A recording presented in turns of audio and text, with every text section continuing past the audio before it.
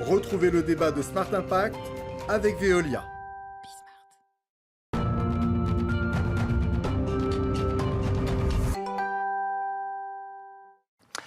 On parle bénévolat tout de suite dans Smart Impact. Je vous présente mes invités. Laure Bonaventure de Révillon, bonjoor. Bonjour. Bienvenue. Vous êtes présidente fondatrice de One Heart. À vos côtés, Anthony Colombani. Bonjour. Bonjour et bienvenue. Vous êtes le directeur de la fondation Bouygues Télécom. One Heart, créée en 2008. Votre métier, c'est quoi? C'est de valoriser l'engagement? On peut résumer ça comme ça? Oui, c'est valoriser, c'est de rendre visibles en fait les besoins des associations en matière de bénévolat. Donc on a créé un média qui permet d'inciter et d'inviter toute personne à contribuer à son échelle à des offres de bénévolat, à consommer responsable avec des spots qu'on référence partout en France ou à participer à des événements pour les associations. Oui, donc il y a le média, il y a une agence de communication et de marketing, et puis il y a une plateforme que vous avez co-construite. On va évidemment y venir et y consacrer du temps. Anthony Colombani, 15% des collaborateurs de Bouygues Télécom sont investis dans la fondation. Avec quel type d'action ? Alors on a cette chance unique d'avoir effectivement une très grande partie de nos collaborateurs qui s'investissent. Ils peuvent s'investir par plusieurs biais qu'on met à leur disposition toute l'année. D'abord les journées solidaires. L'entreprise offre 2 jours d'engagement par an à l'ensemble des collaborateurs qui souhaitent ensuite aller dans une association qui s'occupe d'insertion, d'environnement. Ils peuvent également s'engager dans des jurys qui nous permettent de choisir les associations que nous soutenons. Nous faisons des appels à projets toute l'année. Et puis encore plus récemment, ils peuvent s'investir au sein d'un incubateur associatif. Nous avons choisi 7 ou 8 collaborateurs qui vont parrainer les associations que nous allons aider. Et on travaille beaucoup sur cet engagement des collaborateurs qui est un petit trésor parce que ça nous permet de renforcer l'engagement de nos collaborateurs et la fierté d'appartenance à Bouygues Télécom. Oui, vous avez donné quelques-uns des chiffres, 4 demi-journées par an, 16 000 heures de volontariat offertes à des associations. C'est un incubateur de proximité également, la fondation Bouygues Télécom. Ça veut dire quoi? Ça se traduit comment?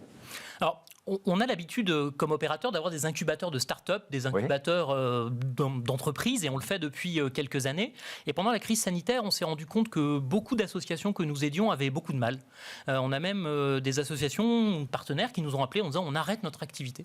Et on s'est dit que c'était véritablement un drame et qu'il fallait soutenir les petites associations pour leur permettre de monter en puissance et de se développer. On a lancé cet incubateur qui est en cours de lancement. On est en train de choisir les premières associations que nous allons soutenir. À terme, il y en aura 30. On les prend vraiment au berceau.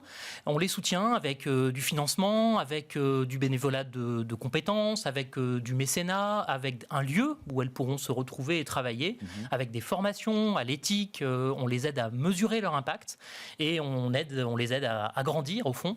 Et on souhaite comme ça que ça devienne des grandes et belles associations demain. Donc on s'investit vraiment pour des toutes petites associations. Pourquoi de proximité? Parce qu'on souhaite que ce soit partout sur le territoire et pas seulement parisien.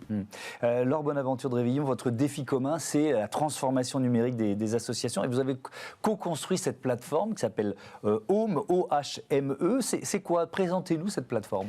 Alors, le Home a été créé à partir d'un constat. Ça fait 12 ans qu'on accompagne les associations et il y a eu un changement de paradigme avec l'omniprésence du digital dans notre quotidien. Et ce qui était assez schizophrénique, c'est que les personnes les plus connectées à la réalité sont les associations, parce qu'elles créent vraiment des solutions pour aider les maux de nos sociétés. Et en revanche, c'était les associations qui étaient les moins équipées dans le digital, les moins connectées. Donc on a créé en fait un logiciel de gestion, de soutien de ces associations connectées en fait à des solutions qui existent et qui sont vraiment ancrées dans les territoires comme Helloasso, les solutions de paiement en ligne ou les solutions de mailing. Donc en temps réel... Vous avez regroupé des services qui existaient déjà en quelque sorte? Exactement, sur une seule plateforme qui permet en temps réel, et c'est ça vraiment l'innovation de Home, de voir toutes les interactions d'une donnée, en fait, pour en faire une information intelligible et lisible pour l'ensemble de l'association. Et il y a un an, on a rencontré Bouygues Télécom et ses équipes, et vraiment, on a échangé pendant un an sur la pertinence d'avoir un partenariat entre Bouygues Télécom et Home pour permettre, en fait, cette accélération, cette démocratisation, la digitalisation des associations. Quel rôle vous avez joué? Enfin, la Bouygues Télécom, pas vous tout seul, mais j'imagine que vous n'étiez pas seul dans l'histoire. Non, derrière moi, il y a les 9000 collaborateurs de Bouygues Télécom. On s'est rencontrés autour d'un projet qui s'appelait le Giga Solidaire. L'idée, c'était de permettre à nos clients de donner symboliquement 1 giga qu'ensuite nous allions reverser à des associations. Et très vite, on s'est rendu compte que tout seul, on n'y arriverait pas, parce que nous avons besoin d'acteurs de terrain comme Home et puis comme les associations. Donc c'est autour de ça qu'on a noué notre relation. Nous, chez un opérateur, c'est un assemblage assembleur.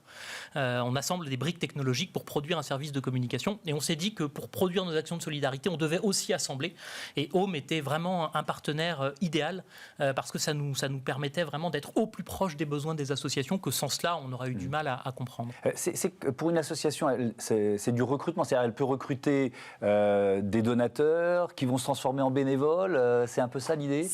En fait, c'est vraiment de fédérer tous les soutiens d'une association, donc des donateurs, des bénévoles, des mécènes, des partenaires, toutes ces données en fait pour les fidéliser et vraiment en faire une communauté active pour l'association. Donc, ce qui est intéressant avec Bouygues Telecom, c'est que c'est vraiment un double partenariat. C'est que d'une part, c'est équiper ces associations d'un outil simple d'usage pour qu'elles soient vite digitalisées et prennent en main en fait cette digitalisation d'une manière autonome. Et d'autre part, en fait, pousser sur cet outil-là des offres de bénévolat qui seront visibles sur la super plateforme de bénévolat de Bouygues Telecom. Donc c'est vraiment en fait un effet un peu qui se coule, 2 en 1. Ouais. C'est à la fois équiper les associations d'outils qui leur sont destinés et qui ont été co-créés pour leurs besoins, et à la fois rendre visibles leurs besoins en bénévolat. Mais alors ça fonctionne, c'est un abonnement, ça coûte quelque chose aux associations, comment ça fonctionne en fait ? Alors grâce à Bouygues Telecom, c'est un abonnement qui est vraiment très très intéressant parce qu'en fait l'une des problématiques des associations c'est le coût, ça coûte cher en fait de s'équiper. Et là grâce à l'offre Bbox pour les associations, l'abonnement est vraiment tiré d'une manière accessible en fait. C'est vraiment démocratisé l'association, ça coûte 10 € par mois en fait pour une association pour bénéficier de ce logiciel de gestion de ses soutiens.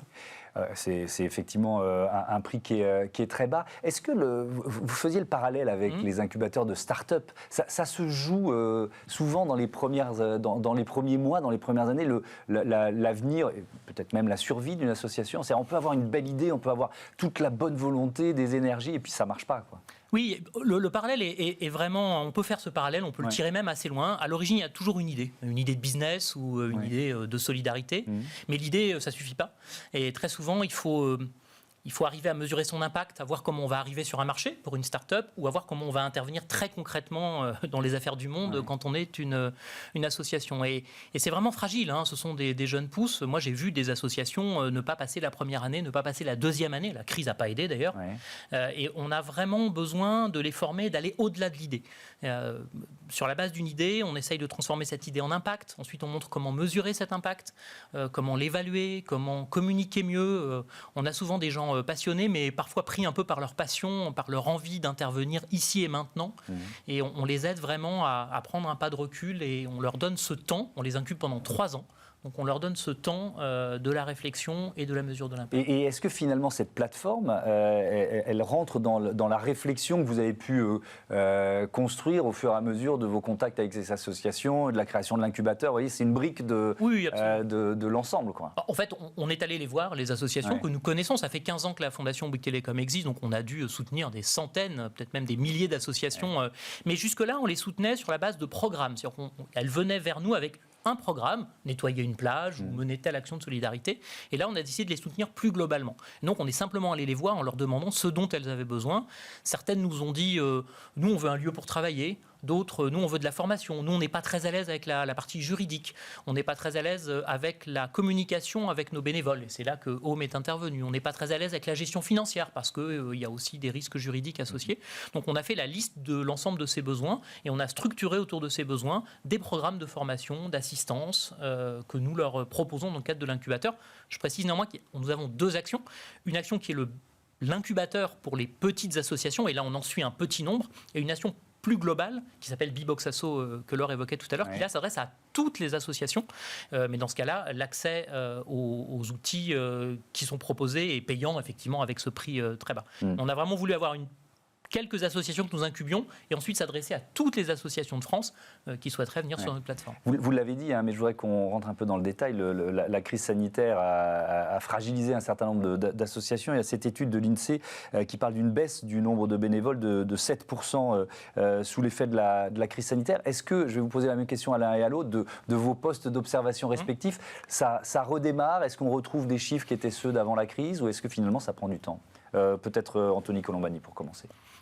Nous, on a fait un lien très très fort entre l'absence de digitalisation et les difficultés. Et on a vu des associations qui ont vraiment souffert de ne pas être digitalisées, c'est-à-dire qu'elles ont perdu concrètement le lien avec leurs bénévoles, mais aussi avec leur écosystème. Et on en a vu vraiment être extrêmement fragilisées.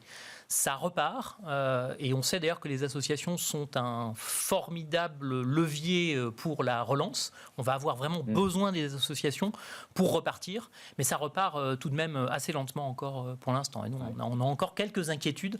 Le tissu associatif en France, c'est un trésor, c'est un trésor plus que centenaire, c'est 1 200 000 associations, c'est vraiment essentiel à notre pays et on s'investit pour le renforcer et lui permettre de repartir plus vite. Alors, Bonaventure de Vrillon, ça repart aussi ? Alors, je ne sais pas si ça repart, parce que déjà, il y a eu vraiment, à cause de la crise du Covid, vraiment un stop des activités, de nombreuses activités des associations pendant plus de 18 mois, parce qu'en fait, la relance a été vraiment en septembre, comme pour beaucoup d'activités. Donc, c'est vraiment très dur d'avoir du recul. Ce qui est certain, c'est qu'il y a une étude qui est sortie, c'est que les besoins de ces associations, c'est de renouer leurs liens avec leur soutien, donc, notamment avec les bénévoles. Donc, c'est vraiment une vraie volonté de renouer le lien. Donc, la raison pour laquelle le partenariat avec la Bbox Association tombe très bien.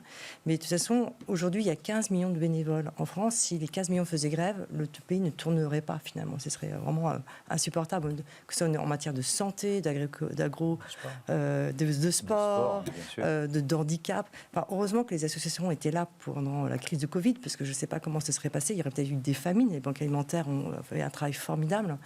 Donc, à la fois, il y a eu cette omniprésence dans le terrain pour pallier à l'urgence. Et d'autre part, toutes les petites associations dont parlait Anthony, il y a eu un arrêt total.